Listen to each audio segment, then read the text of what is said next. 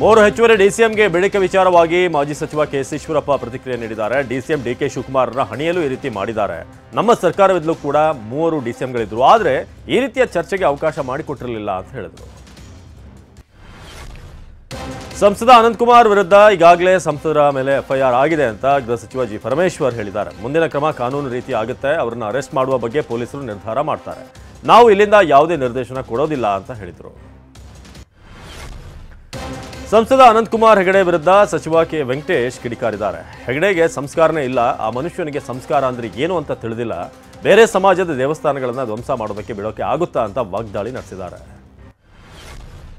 CM Siddaramaiah ವಿರುದ್ಧ ಏಕವಚನ ಪದ ಬಳಸಿರುವುದಕ್ಕೆ ಖಂಡಿಸಿ ಕೊಪ್ಪಳದಲ್ಲಿ ಪ್ರತಿಭಟನೆ ನಡೆಸಲಾಗಿದೆ. ವಿವಿಧ ಪ್ರಗತಿಪರ ಸಂಘಟನೆಗಳು ಅಲ್ಲಿ ಪ್ರತಿಭಟನೆ ಮಾಡಿವೆ. ಅನಂತಕುಮಾರ್ ಹೆಗಡೆ ಕೋಮು ದ್ವೇಷವನ್ನ ಬಿತ್ತುವಂತ ಕೆಲಸವನ್ನ ಮಾಡ್ತಿದ್ದಾರೆ. ಬಿಜೆಪಿ ನಾಯಕರು ಅವರ ವಿರುದ್ಧ ಕ್ರಮ ಕೈಗೊಳ್ಳಬೇಕು ಅಂತ ಆಗ್ರಹಿಸಿದರು. ಅನಂತಕುಮಾರ್ ಹೆಗಡೆ ಅವರದ್ದು ಕೀಳು ಮಟ್ಟದ ಹೇಳಿಕೆ ಅಂತ ಸಚಿವ ದಿನೇಶ್ ಗುಂಡೂರಾವ್ ವಾಗ್ದಾಳಿ ನಡೆಸಿದ್ದಾರೆ. ಈ ಹೇಳಿಕೆಯನ್ನ ಯಾವ ಧರ್ಮ ಸಂಸ್ಕೃತಿ ಕೂಡ ಒಪ್ಪೋದಿಲ್ಲ, ಸಮಾಜದ ಆರೋಗ್ಯಕ್ಕೆ ಇದು ಹಾನಿಕಾರಕ, ಹಿಂದೂ ಸಂಸ್ಕೃತಿಗೆ ಈ ಹೇಳಿಕೆ ಕಳಂಕ ಅಂತ ಕಿಡಿಕಾರಿದರು. ಸಂಸದ ಅನಂತಕುಮಾರ್ ಹೆಗಡೆ ಹೇಳಿಕೆಯನ್ನ ಖಂಡಿಸಿ ಶಿವಮೊಗ್ಗದಲ್ಲೂ ಪ್ರತಿಭಟನೆ ನಡೆಸಲಾಗಿದೆ. ಕಾಂಗ್ರೆಸ್ ಕಾರ್ಯಕರ್ತರು ಸಂಸದರ ಭಾವಚಿತ್ರಕ್ಕೆ ಬೆಂಕಿ ಹಾಕಿ ಆಕ್ರೋಶ ಹೊರಹಾಕಿದ್ದಾರೆ. ಕೂಡಲೇ ಸಂಸದರನ್ನ ಬಂಧಿಸುವಂತೆ ಒತ್ತಾಯಿಸಿದ್ದಾರೆ. ಆರೋಗ್ಯದ ಬಗ್ಗೆ ಗಮನ ಕೊಡಲಿ ಎಂದಿದ್ದ ಡಿಕೆಶಿಗೆ ಅನಂತಕುಮಾರ್ ಹೆಗಡೆ ಟಾಂಗ್ ಕೊಟ್ಟಿದ್ದಾರೆ. ನನ್ನ ಆರೋಗ್ಯ ತುಂಬಾ ಚೆನ್ನಾಗಿದೆ, ಯಾವುದೇ ಸಂಶಯ ಬೇಡ ಅಂತಂದ್ರು. ಏನೋ ಟಿಕೆಟ್ ವಿಚಾರವಾಗಿ ಮಾತನಾಡಿ ನನ್ನ ಟಿಕೆಟ್ ಬಗ್ಗೆ ಬೇರೆಯವರಿಗೆ ಯಾಕೆ ಚಿಂತೆ, ಟಿಕೆಟ್ ಬಗ್ಗೆ ನನಗೆ ಚಿಂತೆ ಆಗಬೇಕು ಅಂತ ವ್ಯಂಗ್ಯವಾಡಿದ್ರು. ಅನಂತಕುಮಾರ್ ಹೆಗಡೆ ಏಕವಚನ ಪದ ಬಳಕೆಗೆ ಸಿಟಿ ರವಿ ಬೇಸರ ಹೊರಹಾಕಿದ್ದಾರೆ. ಹಿರಿಯರಿಗೆ ಮತ್ತು ಆ ಸ್ಥಾನಕ್ಕೆ ಗೌರವ ಕೊಡಬೇಕು. ಅನಂತಕುಮಾರ್ ಹೇಳಿಕೆಯನ್ನು ನಾನು ಸಮರ್ಥಿಸೋದಿಲ್ಲ, ಏಕವಚನದಲ್ಲಿ ಮಾತನಾಡಿರೋದನ್ನ ಸಮರ್ಥಿಸಲ್ಲ, ಆದರೆ ದೇಗುಲ ಧ್ವಂಸ ಮಾಡಿ ಮಸೀದಿ ನಿರ್ಮಿಸಿದ್ದು ನಿಜ ಅಂತ ಹೇಳಿದರು. ಮೈಸೂರಿನಿಂದ ಯತೀಂದ್ರ ಸಿದ್ದರಾಮಯ್ಯ ಸ್ಪರ್ಧಿಸುವ ವಿಚಾರವಾಗಿ ಸಚಿವ ವೆಂಕಟೇಶ್ ಪ್ರತಿಕ್ರಿಯಿಸಿದ್ದಾರೆ. ನನಗೆ ಗೊತ್ತಿರುವಂತೆ ಯತೀಂದ್ರ ಮೈಸೂರಿನಿಂದ ಕಣಕ್ಕೆ ಇಳಿಯೋದಿಲ್ಲ, ಬಿಜೆಪಿಯವರಿಗೆ ಮಾತನಾಡುವ ಚಟವಿದೆ, ನಾನಂತೂ ಲೋಕಸಭಾ ಚುನಾವಣೆಯಲ್ಲಿ ಸ್ಪರ್ಧೆ ಮಾಡಲ್ಲ ಅಂತ ಹೇಳಿದರು. ಹಿರಿಯ ಪೊಲೀಸ್ ಅಧಿಕಾರಿಗಳ ಜೊತೆ ಸಿಎಂ ಸಿದ್ದರಾಮಯ್ಯ ಮತ್ತು ಗೃಹ ಸಚಿವರು ಸಭೆ ನಡೆಸಿದ್ದಾರೆ. ಬೆಂಗಳೂರಿನ ಡಿಜಿ ಐಜಿಪಿ ಕಚೇರಿಯಲ್ಲಿ ಸಭೆ ನಡೆಯಿತು. ವಾರ್ಷಿಕ ಸಭೆಯಲ್ಲಿ ರಾಜ್ಯದ ತನಿಖಾ ವಿಶೇಷತೆಗಳ ಪ್ರದರ್ಶನ ಮಾಡಲಾಯಿತು. ವಿವಿಧ ಪ್ರಕರಣಗಳ ಬಗ್ಗೆ ಪೊಲೀಸರು ಮಾಹಿತಿ ನೀಡಿದರು. ಬಿಜೆಪಿ ಮುಖಂಡ ದೇವರಾಜೇಗೌಡ ಮತ್ತು ರೇವಣ್ಣ ಫ್ಯಾಮಿಲಿ ಸಂಘರ್ಷ ತಾರಕಕ್ಕೇರಿದೆ. ಮಾಜಿ ಸಚಿವ ರೇವಣ್ಣ ಸವಾಲು ಸ್ವೀಕರಿಸಿ ದೇವರಾಜೇಗೌಡ ಸುದ್ದಿಗೋಷ್ಠಿ ನಡೆಸಿದರು. ಕಳೆದ ಲೋಕಸಭಾ ಚುನಾವಣೆಯಲ್ಲಿ ರೇವಣ್ಣ ಕಳ್ಳಮತ ಹಾಕಿಸಿದ್ರು. ಹೈಕೋರ್ಟ್ನಲ್ಲಿ ರೇವಣ್ಣ ಅಪರಾಧಿ ಎಂದು ತೀರ್ಪು ಬಂದಿದೆ. ಜೈಲು ಶಿಕ್ಷೆ ತಪ್ಪಿಸಲು ಮೋದಿಯನ್ನ ಭೇಟಿಯಾಗಿದ್ರು ಅಂತ ಆರೋಪಿಸಿದರು.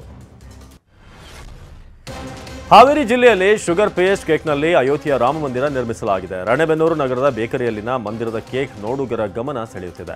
ಸತತ 5 ದಿನ ಕಷ್ಟಪಟ್ಟು 35 ಕೆಜಿ ತೂಕದ ಕೇಕ್ನಲ್ಲಿ ಮಂದಿರ ನಿರ್ಮಾಣವಾಗಿದೆ. ಇದಕ್ಕೆ 40,000 ರೂಪಾಯಿ ಖರ್ಚು ಮಾಡಲಾಗಿದೆ. ರಾಮಲಲ್ಲ ಮೂರ್ತಿ ಕೆತ್ತನೆಗೆ ಶಿಲೆ ಸಿಕ್ಕ ಸ್ಥಳದಲ್ಲಿ ಸಡಗರ ಸಂಭ್ರಮ ಮನೆ ಮಾಡಿದೆ. ಮೈಸೂರಿನ ಹಾರೋಹಳ್ಳಿ ಮತ್ತು ಗುಜಗೌಡನಪುರ ಗ್ರಾಮಸ್ಥರು ಸಂಭ್ರಮಿಸಿದರು.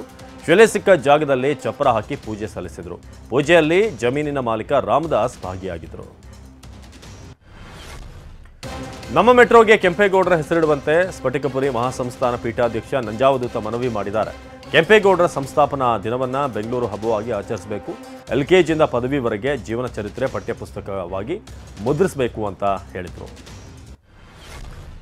ತಿರುವಳ್ಳುವರ್ ಪ್ರತಿಮೆಯನ್ನು 18 ವರ್ಷಗಳ ಕಾಲ ಮುಚ್ಚಿಡಲಾಗಿತ್ತು ಅಂತ ಬಿಜೆಪಿ ರಾಜ್ಯಾಧ್ಯಕ್ಷ ವಿಜೇಂದ್ರ ಆರೋಪಿಸಿದ್ದಾರೆ. ಯಡಿಯೂರಪ್ಪ ಸಿಎಂ ಆಗಿದ್ದಾಗ ತಮಿಳುನಾಡು ಸಿಎಂ ಜೊತೆ ಚರ್ಚೆ ಮಾಡಿದರು. ಬಳಿಕ ಬೆಂಗಳೂರಿನಲ್ಲಿ ತಿರುವಳ್ಳುವರ್, ಚೆನ್ನೈನಲ್ಲಿ ಸರ್ವಜ್ಞ ಪ್ರತಿಮೆ ಅನಾವರಣ ಮಾಡಲಾಯಿತು ಅಂತ ಹೇಳಿದರು.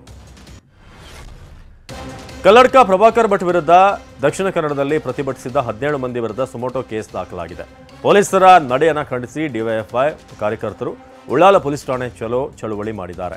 ಸರ್ಕಾರ ಮತ್ತು ಪೊಲೀಸರು ದ್ವಿಮುಖ ನೀತಿಯನ್ನು ಅನುಸರಿಸುತ್ತಿದ್ದಾರೆ ಅಂತ ಆಕ್ರೋಶ ಹೊರಹಾಕಿದ್ದಾರೆ.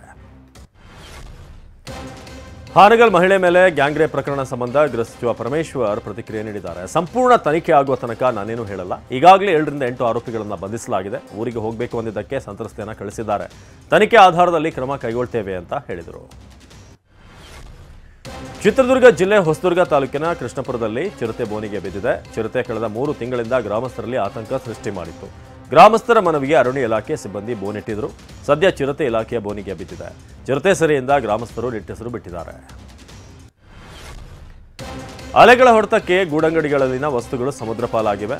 ಉತ್ತರ ಕನ್ನಡದ ಮುರುಡೇಶ್ವರದಲ್ಲಿ ಘಟನೆ ನಡೆದಿದೆ. ನಿನ್ನೆ ರಾತ್ರಿ ಏಕಾಏಕಿ ಸಮುದ್ರದ ಅಬ್ಬರ ಹೆಚ್ಚಾಗಿದ್ದು ಅವಾಂತರ ಸೃಷ್ಟಿಯಾಗಿದೆ.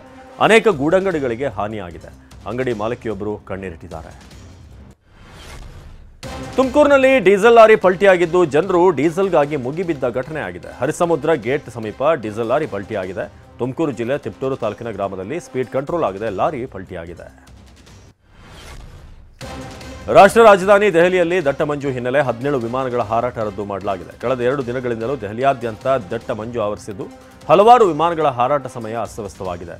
ನಿನ್ನೆಯಷ್ಟೇ ವಿಮಾನ ಹಾರಾಟ ಸಮಯ ತಡವಾಗಿರುವುದಕ್ಕೆ ಪೈಲಟ್ ಮೇಲೆ ಹಲ್ಲೆ ಮಾಡಿರುವಂತಹ ಘಟನೆ ದೆಹಲಿಯಲ್ಲಿ ನಡೆಯಿತು. ಮಥುರಾದ ಶಾಹಿ ಈದ್ಗಾ ಮಸೀದಿ ಸರ್ವೆ ಆದೇಶಕ್ಕೆ ಸುಪ್ರೀಂ ಕೋರ್ಟ್ ತಡೆ ನೀಡಿದೆ. ಈ ಹಿಂದೆ ಮಸೀದಿ ಸರ್ವೆಗೆ ಅಲಹಾಬಾದ್ ಹೈಕೋರ್ಟ್ ಆದೇಶ ಹೊರಡಿಸಿತ್ತು. ಇದು ವಿಚಾರಣೆ ನಡೆಸಿದಂಥ ಸುಪ್ರೀಂ ಕೋರ್ಟ್ ಆದೇಶಕ್ಕೆ ತಡೆ ನೀಡಿದೆ. ಮುಂದಿನ ವಿಚಾರಣೆಯನ್ನು ಜನವರಿ 23ಕ್ಕೆ ಮುಂದೂಡಲಾಗಿದೆ.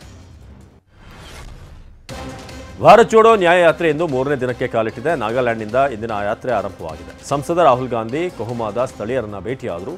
ಈ ವೇಳೆ ವಿಶೇಷವಾಗಿ ರಾಹುಲ್ ಗಾಂಧಿ ಅವರನ್ನ ಸ್ವಾಗತಿಸಲಾಯಿತು. ಕಾಂಗ್ರೆಸ್ ನಾಯಕರನ್ನ ನೋಡಲು ರಸ್ತೆಯ 2 ಇಕ್ಕೆಲಗಳಲ್ಲೂ ಕೂಡ ಜನ ಸೇರಿದರು.